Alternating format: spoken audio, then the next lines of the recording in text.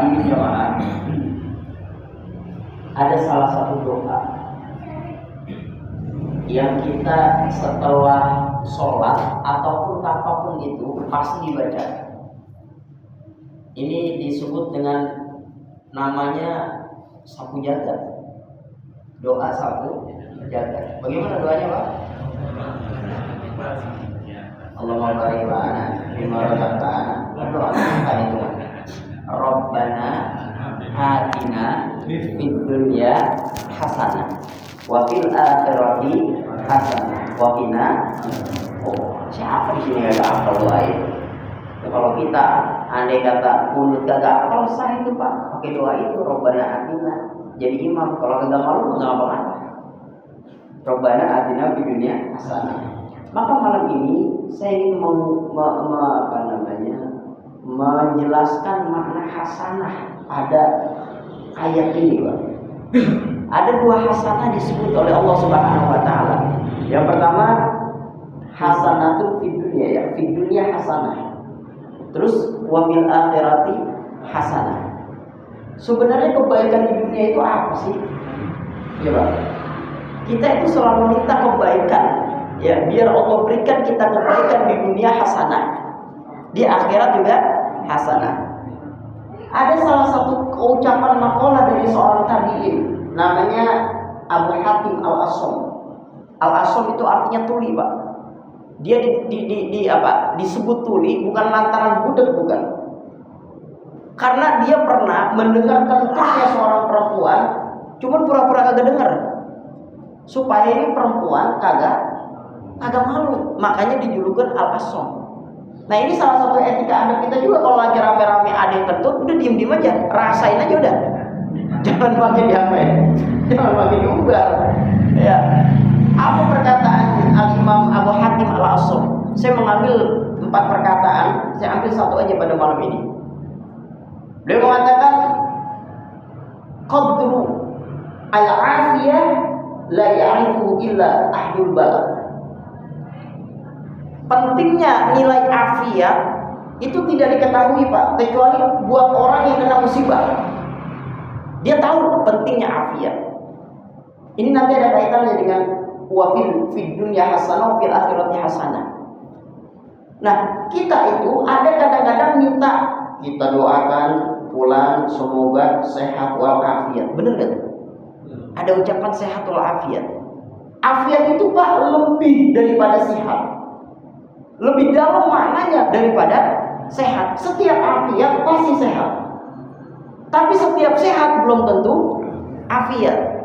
Maka Al-Imam Nawawi Al-Jawi Al-Bantani Asy-Syafi'i di dalam kitab Nasaihul Ibad, beliau mengatakan al-afiyatu asyratu awjuhin. Afiat itu, Pak, ada 10 jalan. Kalau ada di diri kita ini afiat itu, maka kita masuk kategori afiat ada di dunia, afiat ada di akhirat. Apa yang dimaksud dengan afiat di dunia? Atau ada bahasa doa Rabbana atina fid dunya hasanah, fid dunya hasanah, wa fil akhirati hasanah. Apa makna hasanah yang kedua ini? Yang pertama, afiat urusannya dunia, hasanah fid dunya. Yang pertama adalah al-ilmu. Ilmu, Pak. Ini kita beruntung malam ini kita udah difasilitasi, tempat ada, ya. Terus kita diberikan sehat sama Allah, tinggal jalanin aja udah. Ngapain? Nuntut ilmu, belajar, ngaji. Dan ketika kita belajar, ketika kita menuntut ilmu Allah Subhanahu wa taala, ketahuilah di situ kita udah menerima afiat di dunia.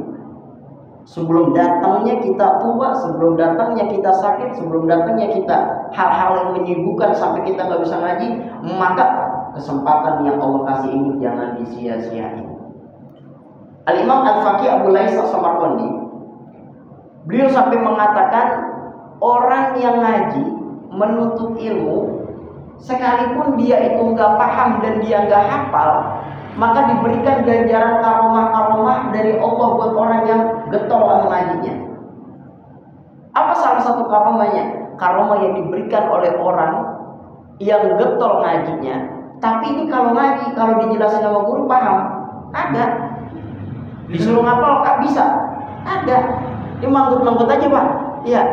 Tapi yang begitu tuh, kata Imam Al-Faqih Abu Lais As-Samarwani, ayyana lafadhal muta'alimin. Orang akan diangkat derajatnya oleh Allah, diberikan keutamaan orang-orang yang belajar. Keutamaan orang yang belajar, Pak. Nabi bilang, man salaka tariqan yaltamisu fihi ilman, sahaballahu tariqan ilal jannah. Maka selama kita masih yaltamisu ilman aja, Pak, jangan khawatir ganjarannya di dunia kita dapat afiat, di fil akhirahnya, Pak, sahaballahu tariqan ilal jannah. Allah mudahi masuk kita ke dalam surga Allah Subhanahu wa taala. Loh, kok bisa begitu? Iya, Pak. Kalau bahasanya sahalallahu Allah mudahi, kenapa enggak langsung Allah masukin? Kenapa masa ada bahasa Allah mudahi? Karena menuju surga itu panjang. Pertama dari alam ruh, kita masuk ke alam rahim, kita masuk ke alam dunia, kita masuk ke alam kubur, kita langsung dibangkitkan, langsung kita minta syafaat, langsung kita dihisab, langsung kita diserahkan amal baik buruk kita, lalu kita dimizan, lalu kita melewati ini namanya telaga, lalu kita lewatin sirat, lalu kita penutup surga dan neraka Allah Subhanahu wa taala. Jadi dekat apa? Jauh. Jauh. Bahkan haudnya Nabi, telaganya Nabi di dalam kitab Muhtarul Ahadits An-Nabawiyah, haudi masiratu syahrin. Telaga itu perjalanannya Pak 1 bulan. 1 bulan telaganya Nabi SAW. Dan ukuran telaga sebulan di sono sama di sini beda banget. Beda dahsyat. Makanya malam yang kita duduk di majlis taklim mudah mendapatkan afiat dari Allah berupa ilmu. Orang bisa mulia lantaran ilmu. Makanya Al-Imam Nawawi beliau bikin mukadimah dalam kitab Nasalibat. Apa bunyinya? Alhamdulillahillazi ja'alal ilma arfa'as sifatil kamaliyah. Segala puji bagi Allah yang menjadikan ilmu arfa'a, paling tinggi, as-sifatil kamaliyah, sifat kesempurnaannya. Maka kita kalau hidup di dunia ada ilmunya, Allah angkat derajat kita Pak di sisi Allah Subhanahu wa taala. Lagi pula ngaji model begini Pak, sekali lagi saya tekankan, bukan pengen jadi ustaz, bukan pengen jadi kiai. Yang penting kita jadi orang benar, udah itu. Banyak orang sekarang pintar tapi kagak benar. Mendingan pintar benar apa benar enggak pintar? Ayo Pak. Banyak orang yang pintar tapi kagak benar, apa banyak orang benar tapi kagak pintar? Nah, kalau kita dikasih pilihan mau benar tapi kagak pintar, apa pintar tapi kagak benar? Kita pilih Pak benar tapi pintar. Tapi kalau nggak dikata kagak pintar, ya setidaknya jadi orang benar. Sekarang kita udah merasakan ini Pak, banyak orang yang pintar kagak benar. Berapa triliun kemarin Pak dikorupsi, benar apa kagak? Makin kecekek aja ini kita rakyat, makin susah aja ini kita rakyat. Karena ilmunya kagak ada. Karena apa lagi? Karena kebuatan pinter, cuman kagak benar. Makanya dengan adanya ngaji forum seperti ini, itu mencetak kita biar jadi orang benar. Kalau udah jadi orang benar, insya Allah pinter. Makanya kita punya anak jangan disekolahin doang, masukin ke pengajian. Kalau disekolahin doang tuh bocah pinter, kagak bener. Udah ngaji, makanya saya ingat banget, kita kan ini termasuk orang-orang dulu ini Pak. Ya, itu Bapak kali sama saya mah, ya kan ya. Mendingan mana dulu orang tua kita? Mendingan kagak ngaji, atau mendingan kagak kolak? Mendingan kagak kolak, bener gak Pak? Wah, di sini kita punya contoh Pak, ditarikin sama orang tua kalau kita kagak ngaji kan, kalau kagak sekolah masih aman. Betapa pentingnya orang tua pengen nanamin di diri kita nih agama, tanamin. Entar kelak dewasanya mau jadi apa, itu urusan kita udah. Yang penting ada agamanya, ada nilainya. Makanya Rasulullah bilang, kullu mauludin yuladu ala fitrah. Sekali lagi, fitrah itu jangan diartikan suci.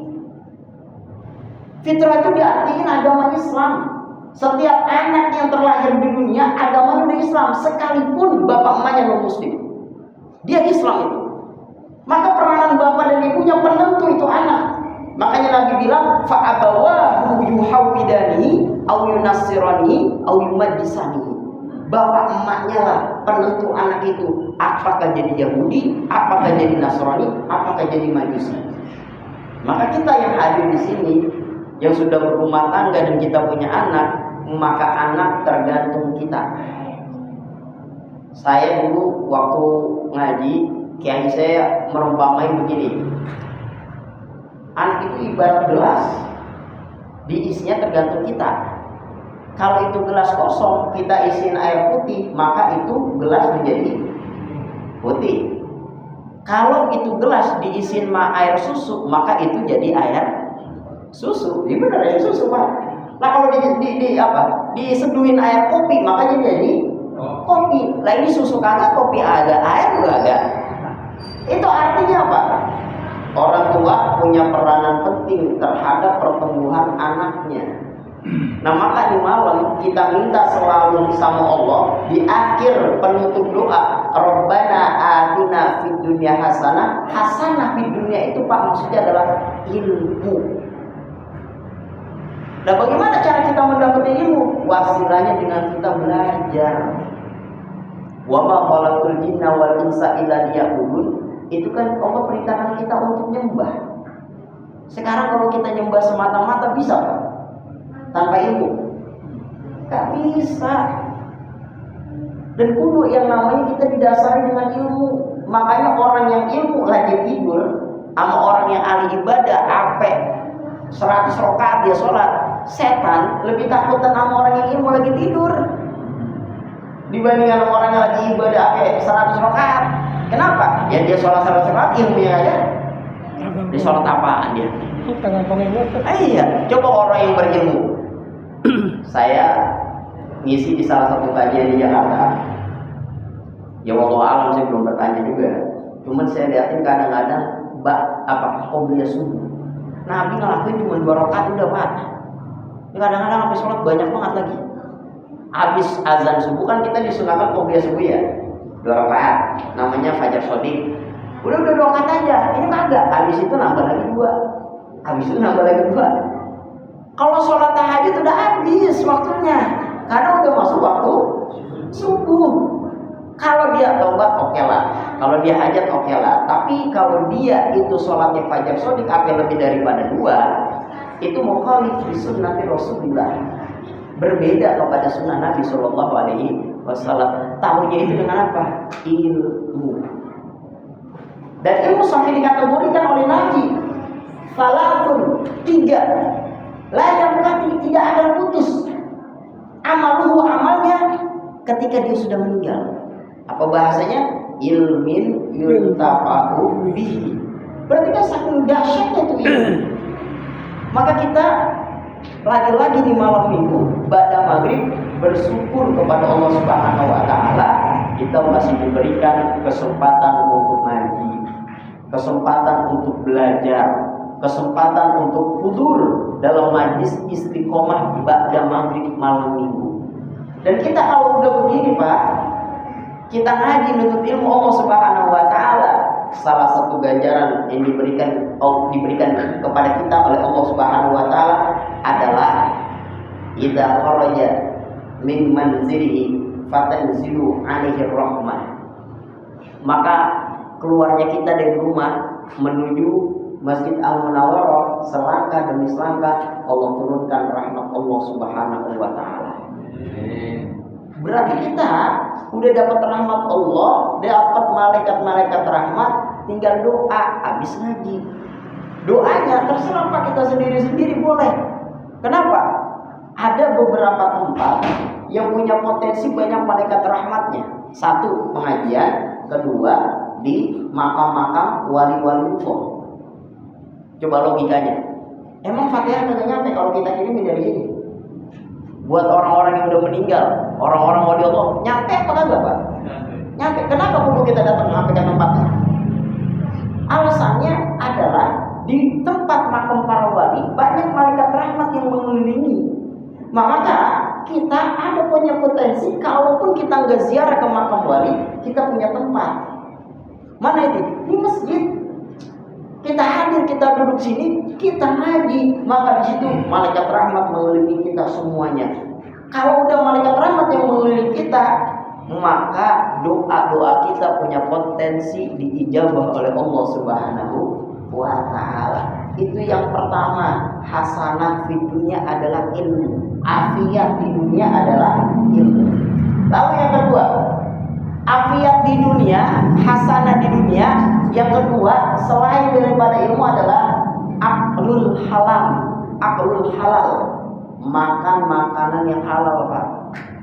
Usahain kita yang laki-laki sebagai kepala rumah tangga, jangan sampai kita ngasih anak ini kita makan yang haram. Biar kita dapat afiat senantiasa selalu, kasih makan makanan yang halal. Apapun makanan yang halal kasih. Kenapa? Efeknya ke depan. Kalau ngasih yang haram, efeknya sama ke depan juga, bahaya. Kok bisa dibilang bahaya? Kita hidup di sini nih, hidup sekarang nih. Ayo, terbuat dari air apa nih kita? Air sperma, bener gak? Air mani. Angkat di sini yang terbuat dari tanah. Saya pengen mau lihat nih model tanah yang model bagaimana? Tanah sengketa apa tanah liat ini modelnya? Kalau masalah tanah itu Nabi Adamnya, Pak. Anas min Adam, wa Adam min turab. Itu dia tuh. Manusia dari Nabi Adam, Adam dari turab, dari tanah. Adapun kita min nutfah, dari apa? Air sperma atau air mani. Coba, terbuat dari apa air sperma? Saripati makanan kan yang kita makan, minuman yang kita minum, makanan yang kita makan. Berarti kalau dia dari hasil yang haram, digojlok dalam perut kita, lalu keluar itu masuk ke rahim seorang perempuan, jadi benih anak, bisa dipastikan, Pak, anaknya toleh bukannya soleh. Kenapa? Prosesnya aja udah salah nyetaknya. Nah, afiat yang kita inginkan di dunia ini adalah aklul halal. Kita lagi jelasin begini, ada yang nyautin saat yang haram aja susah, bagaimana yang halal? Kalau ada statement seperti itu, coba, kenapa yang halal, yang haram aja susah, apalagi yang halal? Atau sampai dia berusaha tapi gak dapat-dapat? Ada masalah habluminallahnya. Kalau ada orang di dunia masih aja dia kesusahan, Pak Bu, saya pastikan ada masalah habluminallahnya. Atau bisa jadi habluminannasnya. Kok sampai begitu? Ayo di Al-Quran kita buka. Ada gak ayat satu aja Allah menginginkan kita sulit di dunia? Ada gak ayat satu aja ketika kita dikasih musibah melampaui batas kemampuan kita? Dan Allah bilang dalam Al-Quran satu, yuridullahu bikumul yusra wala yuridu bikumul usra. Allah pengen berkehendak yang mudah, Allah gak pengen yang sulit. Allah sendiri yang bilang. Ayat yang kedua, la yukallifullahu nafsan illa usaha. Apa yang Allah kasih berupa musibah kepada kita, illa usaha, itu pasti maksimal kita mampu mengatasinya. Ketiga, fa inna ma'al usri yusra. Inna ma'al usri yusra. Ketika ada kesulitan diiringi kemudahan. Dua kali diulang dalam ayat Al-Insyirah itu. Keempat, wa ma min dabbatin fil ardi illa 'alallahi rizquha. Jadi kalau andai kata hidup di dunia ada sesuatu yang susah banget, maka ada salah satu masalah habluminallah atau habluminannas. Bagaimana itu masalahnya? Kita yang introspeksi diri. Habluminallah, apakah satu, sholat kita ada yang ditinggalin apa kagak? Dua, as-shaum, kemarin puasa ada yang jebol apa kagak? Kalau ada yang jebol udah dikodok apa belum? Ketiga, az-zakat, kita udah ngeluarin zakat apa belum kemarin? Lalu yang keempat, amalan-amalan apa lagi? Dosa kita sama manusia. Orang, Pak, kalau buatan dosa mulu sama manusia, rada ribet rezekinya. Iya, rada ribet. Apalagi kalau udah julid banget, kalau lagi rese banget. Ya. Apalagi sampai memfitnah. Wah, nauzubillah min zalik. Itu membuat kita terhalang rezekinya. Maka tidak ada satu ayat pun yang menjelaskan Allah pengen kita susah. Enggak ada. Nah, makanya Abu Hatim mengatakan afiat ini nggak bisa diketahui kecuali kalau dia kena musibah. Maka ketika dia kena musibah, dia nyadari betapa berharganya nilai afiat buat kita di dunia wal akhirah. Itu masih di dunia, Pak, urusannya. Lalu poin yang ketiga, urusannya masih hasanah di dunia, afiat di dunia. Itu apa? Al-ibadah. Kita kalau masih ibadah aja, Pak, alhamdulillah berarti masih dapat afiat. Tapi kalau udah kagak ibadah, tanda tanya, Pak, ada apa dia dengan Allah Subhanahu wa taala? Kita ini Islam. Setiap kita ini Islam, tapi belum tentu beriman. Setiap kita beriman, insya Allah Islam, Pak. Karena kita sholat tadi itu lantaran iman. Coba kalau kagak ada imannya, sholat apa kagak? Coba kalau kagak ada imannya, puasa apa kagak? Kagak, Pak. Kenapa? Iman itu pemicu, Islam itu penggeraknya. Ketika di diri kita ada iman, ini pemicu untuk kita bergerak. Dirikan sholat, maka kita sholat. Coba kalau iman kagak ada, Islam sih Islam, karena imannya ini lagi turun, kagak naik-naik, sholat apa kagak? Ada sholat. Coba nih kita kumpul di sini.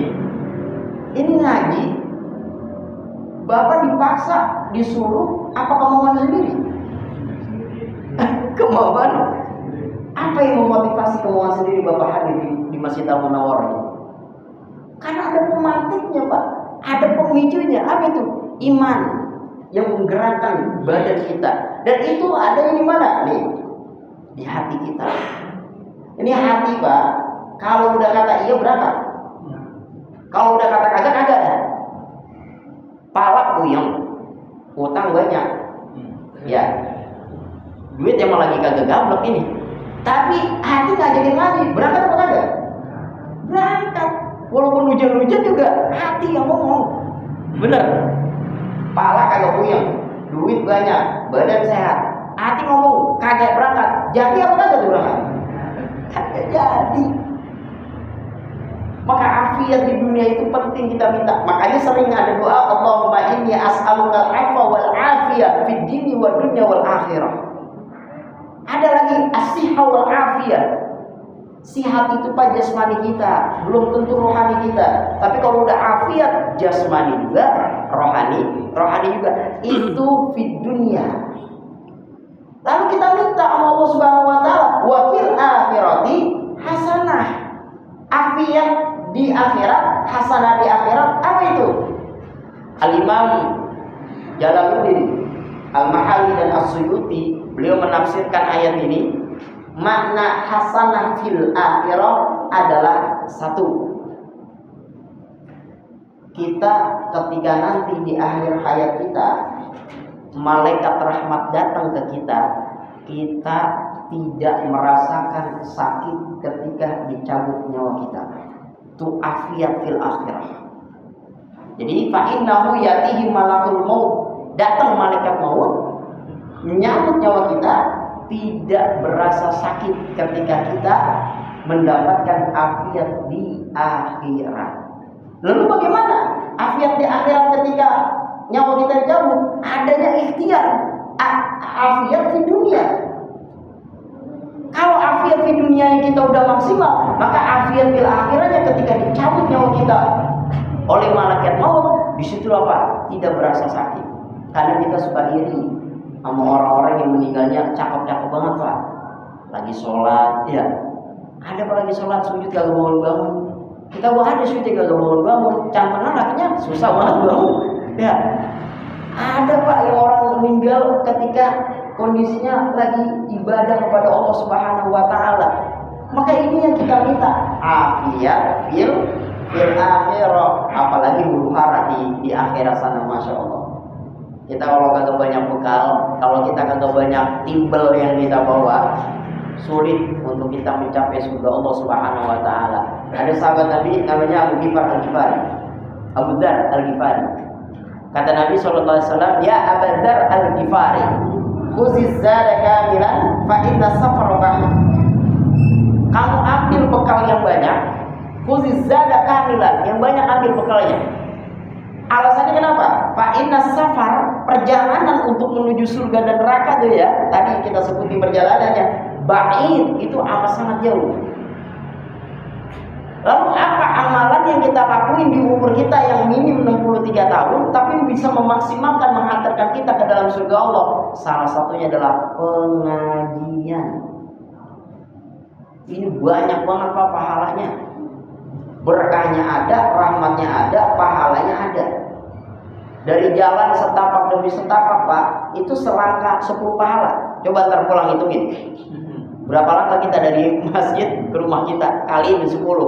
Itu di luar Ramadan. Kalau di dalam Ramadan yudha'af, dilipat gandakan oleh Allah Subhanahu wa taala. Apa ada lagi enggak amalan yang pahalanya banyak, pekerjaannya membentaran, selain ngaji ada enggak? Enggak ada, Pak. Enggak ada. Makanya saya sering kali bilang, ngaji ini kalau bukan hidayah sama taufik Allah berat. Dan kalau udah dapat ini rawatnya istiqomah. Kenapa? Allah akan coba keistiqomahan kita. Ada di beberapa hari yang Allah kasih kesulitan untuk kita ngaji. Ada Pak. Pernah nggak kita ngerasain malasnya luar biasa? Padahal sehari-hari kita enak aja tiap minggu ngaji. Tapi di bulan-bulan tertentu romanya berat banget ini. Pernah nggak ngerasain gitu Pak? Romanya banyak amat ini pelakunya. Iya. Ada itu tujuannya apa? Allah pengen ngetes istiqomah apa enggak. Makanya orang kalau taubat kembali kepada Allah Subhanahu wa taala. Dulu dia sering ngelakuin maksiat. Dia tobat, benar-benar dia tobat. Allah akan kasih mudah, dia tobat, kasih itu. Sebulan, 2 bulan, 3 bulan, lancar deh. Entar pas banget di akhir-akhir bulan Pak, Allah kasih cobaan yang sama. Pengen tahu kira-kira balik lagi apa kagak. Saya sering perumpamain contoh, ada orang yang mabuk mulu Pak, mabuk mulu. Dikasih hidayah sama Allah, dia tobat, ngajinya rajin, puasanya rajin, wiridnya rajin. Itu sebulan, 2 bulan, 3 bulan itu begitu tuh. Entar di bulan ke-5, ke-6, ke-7 baru dari situ pengen lihat asar dari sebulan, 2 bulan, 3 bulan beri bekas kagak di 5 bulan, 6 bulan, 7 bulan. Dan cobaannya sama, dan bahkan lebih mudah. Contoh, yang tadinya dia minum beli sendiri, bisa jadi cobaannya ditawarin teman datang ujuk-ujuk, bawa duit banyak, bang dikasih duit. Ya kita minum bang, gue bayarin. Dah sampai malam, nyampe pagi dah. Tenang aja mau, tinggal duduk kita beliin. Itu pasti Pak, goyang apa kali itu? Kalau itu dia netep, kalau itu dia kagak goyang, petanda itu tobatnya diterima oleh Allah Subhanahu wa taala. Tapi kalau dia goyang, berarti itu namanya tobat apa? Tobat sambal. Artinya masih goyang. Maka orang yang diberikan ujian yang sama ketika dia minta untuk terlepas dari maksiat itu, bisa dipastikan orang itu lagi diperhatiin sama Allah Subhanahu wa taala. Lagi diperhatiin sama Allah. Kenapa? Sampai Allah memberikan cobaan sama percis. Pengen dia menghindari itu, tapi dikasih sama Allah peluang yang lebih besar, bahkan lebih mudah. Kuat dia lulus, lemah dia terjerumus, tobatnya tidak sungguh-sungguh pada Allah Subhanahu wa taala. Maka kita minta afiat di dunia dan akhirat di situ. Nah, terus yang kedua, afiat di akhirat ada nggak? Ada Pak. Bukan hanya malaikat maut yang datang kepada kita. Kedua ini adalah pertanyaan munkar nakir yang kagak bikin kita takut. Yang bikin kita takut lantaran afiat di dunianya kagak sempurna, meninggal afiat akhiratnya tidak membawa bekal yang banyak. Maka ketika ditanya man rabbuka wa man nabiyuka wa man imamuka, itu memberikan ketakutan yang dahsyat. Makanya di kita ada istilahnya talqin. Di kita ada istilahnya talqin Pak. Tujuannya apa? Nuntun. Namanya orang nuntun berarti keder. Orang kalau kagak dituntun berarti dia kagak keder. Nah sunnahnya kita untuk dibaca talqin biar kagak keder. Kalau ditanya, ada namanya salah satu malaikat apa tuh? Yang sebelum Munkar Nakir datang ada dua, Ar-Ruman. Itu ketika kita udah pada naik ke kuburan, kita bantuin makamin dulu. Maka yang lain udah pada pergi dan kita talqinin, itu yang pertama kali nemenin malaikat Ar-Ruman dalam kubur itu. Dan dia memberikan arahan dari apa yang didengar di atas. Kita udah bahas di dalam kitab Misbahus Shalah babul janaiz, bab tentang jenazah. Ketika kita baca ya fulan bin fulan huwa yasma, dia dengar dulu baru dipanggil lagi ya fulan, dia menjawab. Dia mendengar, dia menjawab. Ketika dipanggil ya fulan bin fulan, jawab, dengar, bangun. Mana kalau bangkit kayak tangan begini Pak, bangkit tangan begini itu kagak dia udah kabur rambar-rambaran Pak. Itu dengar dia. Lalu apa yang dia minta ketika dipanggil namanya berapa kali? 3 kali. Apa kata dia? Arsyidni, arsyidni, arsyidni. Beri saya petunjuk, arahkan saya, beri saya bimbingan. Baru kita bacain. Idza ja'akal malakani munkar wa nakir, la takhuf wa la tahzan. Itu di talqin majmu yang sering kita baca. Itu kalau kita bisa melewatin itu, bisa dipastikan Pak, afiat fil akhirah kita sudah mendapatnya. Kalau udah afiat fil akhirah dari situ udah dapatin Pak, insyaallah kosongannya rada gampang. Baru rada gampang. Belum gampang banget, kenapa? Kan baru lewatin alam kubur. Belum kita lewatin alam apa? Dikumpulin di padang mahsyar, berarti kan masih ada tahapannya lagi. Dan itu sesuai dengan hadis Nabi. Apa kata Nabi? Fa innal qabra awwalu manazilil akhirah. Kuburan itu Pak, awal singgah akhirat pertama kali. Nah dari situ fa inna jaminhu, kalau dia selamat dari pertanyaan munkar dan nakir, fama ba'dahu aisaru minhu, maka setelahnya lebih gampang. Tapi kalau udah dari situ aja Pak ilam yang juminhu kagak selamat, fama ba'dahu asyaddu minhu, maka setelahnya akan lebih berat lagi. Nah kita diajarin sama guru-guru kita, sama kiai-kiai kita, kalau ada yang meninggal talqinin. Jangan nggak dibilang bid'ah. Yang bilang bid'ah itu belum mati aja, kalau udah mati dah. Udah pasti minta apa? Dia minta ditalqinin juga. Minta ditahlimin juga. Lagian logika sehat ya. Orang kalau misalnya wasiat jangan makin ditahlilin ketika meninggal, pede banget ini orang, kayak masuk juga aja. Dan dia beranggapan ini nggak ada dalilnya, ini luar biasa Pak. Kagak semua dalil itu dari Quran Pak. Kagak semua dalil itu dari hadis. Dalil itu bisa jadi dari Quran, bisa jadi dari hadis. Kalau kagak di Quran, kagak di hadis, berarti di kias. Kalau kias sampai kagak ada, berarti di ijma. Ijma kagak ada, baru bid'ah. Sekarang coba kita lihat tahlil, isinya apa? Semua globalnya isinya doa, benar gak? Nah sekarang doa yang nyuruh siapa? Allah kan? Apa dalilnya? Ud'uuni astajib lakum. Di mana bid'ahnya? Orang dalilnya ada. Selain doa, dalam dalil isinya apa? Sholawat. Makanya ada sholawat. Siapa yang nyuruh sholawat? Allah. Ya ayyuhallazina amanu shallu alaihi wasallimu. Di mana bid'ahnya? Ketiga, di dalam tahlil ada kalimat tauhid. La ilaha illallah. Siapa yang nyuruh ngucapin itu? Nabi Pak. Apa kata Nabi SAW? Man qala fi akhir umrihi la ilaha illallah dakhala jannah. Cuma jangan pas akhir aja kita ngucapin la ilaha illallah. Dari sebelum kita akhir hayat ucapin itu terus, biar nanti akhir hayat udah kebiasa. Ini beranggapan udah usah, jangan pakai sholat, jangan pakai ngaji, ntar aja akhir hayat la ilaha illallah. Kayak gampang ngucapinnya Pak. Kenapa orang yang meninggal dunia itu dibutuhkan ditalqinin baca surah Yasin?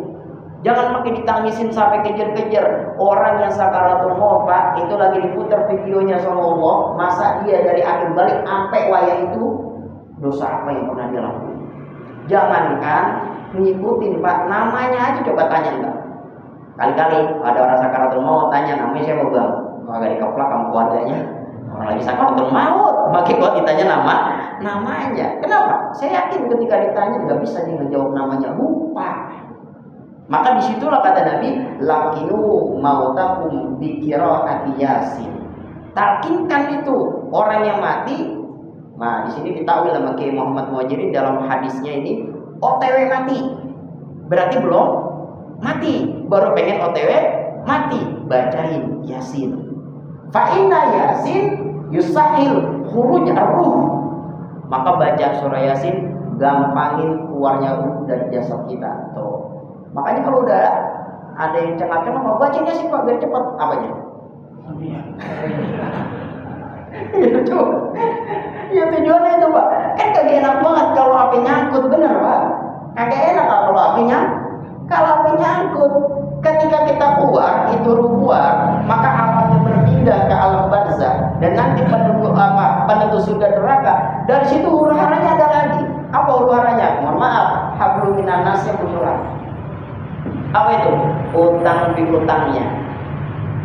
Utang piutang Pak, dahsyat yang luar biasa Pak, nyampe akhirat dituntut ini. Yang pura-pura agak dengar ini. Masalah utang piutang dahsyatnya luar biasa di akhirat ya. Nabi kita pernah baca hadisnya.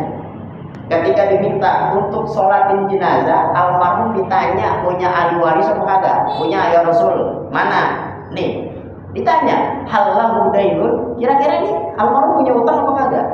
Qala na'am ya Rasulullah. Iya, dia punya utang. Apa Nabi bilang? La usolli hatta yuqda dainahu. Aku gak bakal nyolatin kau kalau belum dibayar utangnya. Sampai segitunya, Pak. Kagak mau nyolatin Nabi. Makanya sunnah ketika sholat jenazah ada iklan, ada maklumat. Apa itu maklumatnya? Saudara, manakala kami punya orang tua, punya utang piutang masalah hidupnya, kan gitu pasti ya diumumin. Itu nilai kesunahan. Dan itu bisa kita lolos ke dalam surga Allah tidak mau kok nggak tergantung. Itu kalau yukbo dari udah dibayar utangnya. Nah makanya kita beruntung kalau udah punya afiat di akhirat, afiat di dunia udah kelar, gampang masuk surga Allah Subhanahu wa Ta'ala. Nah dulu kalau misalnya utang dari tanggung jawab itu keluarganya gimana? Nah ini dia repot. Kalau ada utang, nyolatin. kalau ada orang yang punya utang tapi kagak ada yang anuin. Nah ini Pak, kalau kita punya belas kasihan, ya ikhlasin. Kalau nggak ada, ya udah, bagaimana ceritanya udah akan diminta pertanggungjawaban di dunia, di akhirat kelak nanti. Makanya kalau udah diikhlasin, itu ada salah satu hadis di dalam kitab Muhtarul Ahadits Nabawiyah diceritain begini. Ada seorang laki-laki meninggal dunia, kagak bawa sepeser pun amalan baik Pak. Meninggal orang kaya. Itu dua pilihan punyanya, orang kaya di dunia. Ketika dia nongkrong sama teman-temannya banyak utangnya. Bukan hanya satu Pak, banyak teman yang utang. Karena dia orang kaya, apa kata dia? Utangnya sama siapa aja? Dipanggil ke orang-orangnya, dibayarin, dilunasi sama siapa?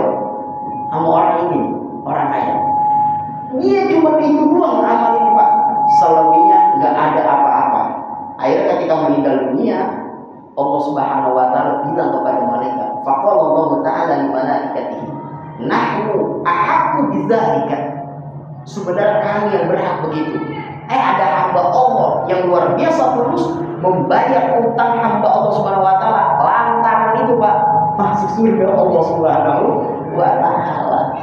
Artinya kebaikan itu tidak diukur banyak dikitnya, tapi keikhlasannya diukur oleh Allah Subhanahu wa Ta'ala. Kita sering dengar Imam Ghazali. Siapa di sini yang kagak pernah dengar? Pasti Pak dengar Imam Ghazali. Imam Ghazali pengarang kitab Ihya Ulumuddin, dalam kitab Nashul Ibad, Imam Nawawi jelasin. Imam Ghazali lagi tidur. Tidur, mimpi Pak. Imam Ghazali itu diberhentiin di hadapan Allah. Kalau bahasa kita ditaruh di hadapan Allah, Imam Ghazali. Terus kata Allah Subhanahu wa Ta'ala kepada Imam Ghazali, ya Ghazali, ma qaddamta alayya. Amalan apa yang kamu persembahkan buat aku? Kata Allah.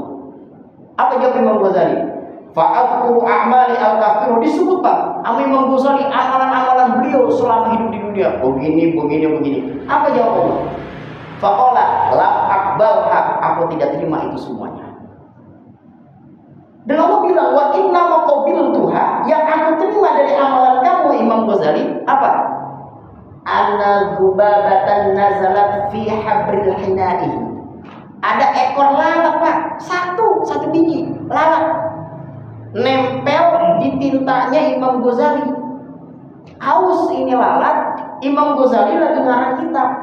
Minum tintanya Imam Ghazali, berhenti. Fatarokatil kitabah, Imam Ghazali berhenti sejenak. Ngeliatin apa? Ngeliatin tuh lalat lagi minum. Imam Ghazali kagak marah. Dia minum tinta, Pak, padahal bukan air putih, tinta. Airnya ini lalat. Falamma akhradat hadduha, dia udah mengambil bagian dia, langsung dia kharajat, keluar lagi. Pas banget disitulah kata Allah Subhanahu Wa Taala, itu yang saya terima dari kebaikan kamu. Bayangin, lalat minumnya bukan air putih, minumnya tinta, tintanya punya kita. Kita lagi kerja ikhlas, kagak terasa terganggu. Itu yang Allah lihat, masuk surga lantaran sedikit amalnya. Udah, kalau kita coba lagi musuh-musuhnya, jangankan kita lagi gitu, lagi makan enak banget, lauk juga enak banget, lalar nemplok, apa kita kata? Lalar sembidik banget ini orang lagi enak-enak makan. Ya bisa jadi satu lalat itu yang nempel tuh, Pak, pengen cium bau petek doang. Bisa jadi itu. Tapi lantaran kita gedeg dan kita kesel, yang tadinya udah pengen dicatat amalan ikhlas, maka jadi buyar lantaran kita ngomel-ngomel. Itu Imam Ghazali sekelas beliau, Pak. Akhirnya Imam Ghazali sadar dan beliau mengatakan bahwa yang namanya hidup di dunia, amalan sedikit pun jangan diremehkan. Apalagi kayak bapak-bapak modelnya. Ini bukan sedikit, ini banyak ini. Ngaji, dia duduk, dia dengerin, nggak tahu udah pikirannya masuk apa kagak. Wah iya, lebih daripada itu. Saya sering memberikan motivasi semangat buat orang yang ngaji, donaturnya baik banget. Ini tiap malam minggu aja nih aku mulai begini, Pak. Selama diminum aja bisa jadi ini menghantarkan seorang masuk surga Allah gampang. Kenapa? Kita yang ngaji pada haus, kita yang tadinya ngantuk ngaji, minum jadi segeran lantaran ini nih. Maka dia itu penyebab kita semangat ngaji. Apalagi ada makannya. Contoh. Wah, gila, aplikasi itu larinya dia.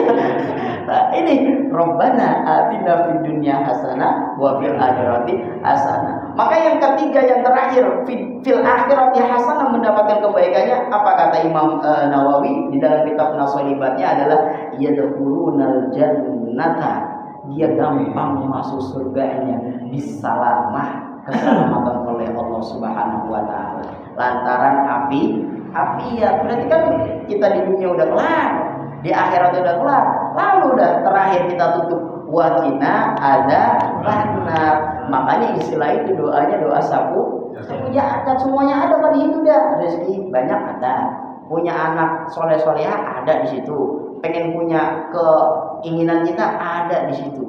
Makanya siapa yang melantunkan wirid Rabbana atina fid dunya hasanah minimal sehari semalam itu baca itu aja, Pak, yukdo hajat, akan dikasih hajat yang kita inginkan oleh Allah Subhanahu Wa Taala. Membaca syariatnya jalanin, waktunya sholat, waktunya ngaji. Ini kan dibidik aja Rabbana atina fid dunya hasanah, kagak kerja kagak Allah, bahaya juga, Pak. Iya, yukdo itu kalau ikhtiar diimbangi. Baik, yang di sini ada mau ditanya, Pak? Ada, Pak? Oh iya, Pak.